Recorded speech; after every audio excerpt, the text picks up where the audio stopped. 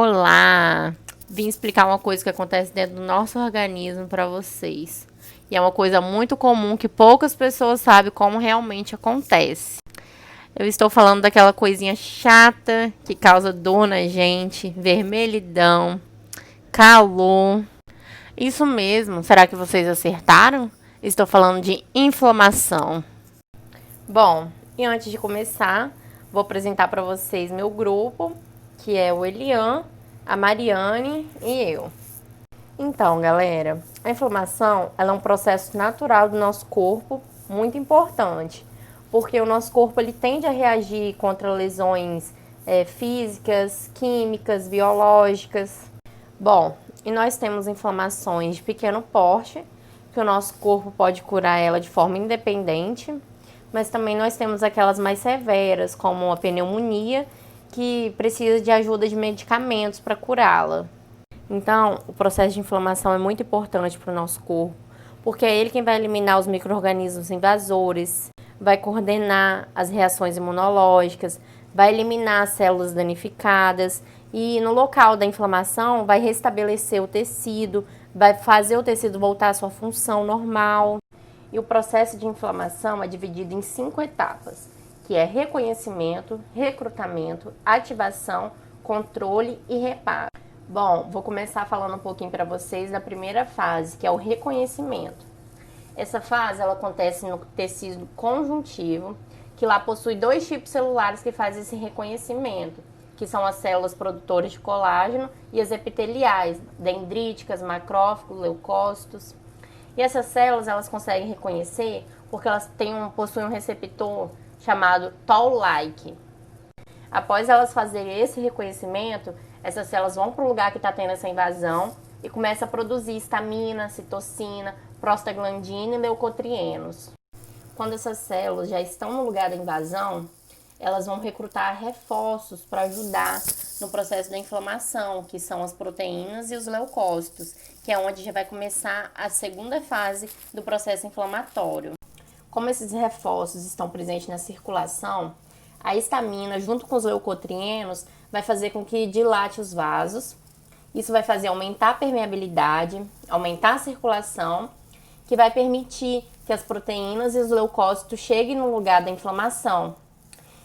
Com essa abundância na permeabilidade, vai causar vermelhidão e aquecimento. E tudo isso permitirá o extravasamento de água, fazendo então que as proteínas e os leucócitos cheguem no lugar da invasão. Então, pessoal, em síntese ao que a Rafaela disse, nós temos aqui em verde um macrófago. Quando ele identifica uma célula danificada ou um agente invasor, ele começa a produzir 4 tipos de substâncias: citocinas, histaminas, prostaglandinas e os leucotrienos. Os leucotrienos e as histaminas, como já foi dito, agem nos vasos sanguíneos causando dilatação, o que permite que todos os componentes sanguíneos cheguem em abundância ao local onde está ocorrendo a inflamação. Então, com a chegada dos leucócitos e das proteínas pela corrente sanguínea, dá-se início à terceira fase do processo inflamatório, que é a ativação. Nesse processo, as citocinas e as quimiocinas que foram produzidas pelo macrófago irão agir aqui na membrana plasmática do endotélio do capilar, fazendo com que ele exponha a proteína específica seletina e um ligante de integrina. Enquanto isso, o leucócito que está aqui na corrente sanguínea irá expor a proteína específica integrina, que é essa daqui, e um ligante de seletina. Os leucócitos que estão ali na corrente sanguínea serão atraídos para o endotélio do vaso, e ele irá rolar pelo endotélio, tendo contato com as proteínas e os ligantes que foram expostos devido à ação da citocina. Então, o que vai acontecer? A integrina, que foi exposta lá pelo leucócito, vai ter contato com o ligante de integrina presente na membrana ali do vaso, enquanto a seletina, que foi exposta pela membrana, vai ter contato com o ligante de seletina presente no leucócito. Então ele vai estar rolando aqui pela membrana até chegar o momento da ativação, que vai ocorrer devido à ação das quimiocinas.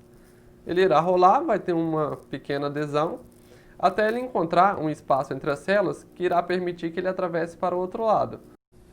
O processo de passagem dos leucócitos da corrente sanguínea para o tecido se chama de apedese e ocorre apenas em veias. Por quê? Porque as veias possuem uma pressão sanguínea menor do que as artérias, o que torna mais fácil esse processo, né?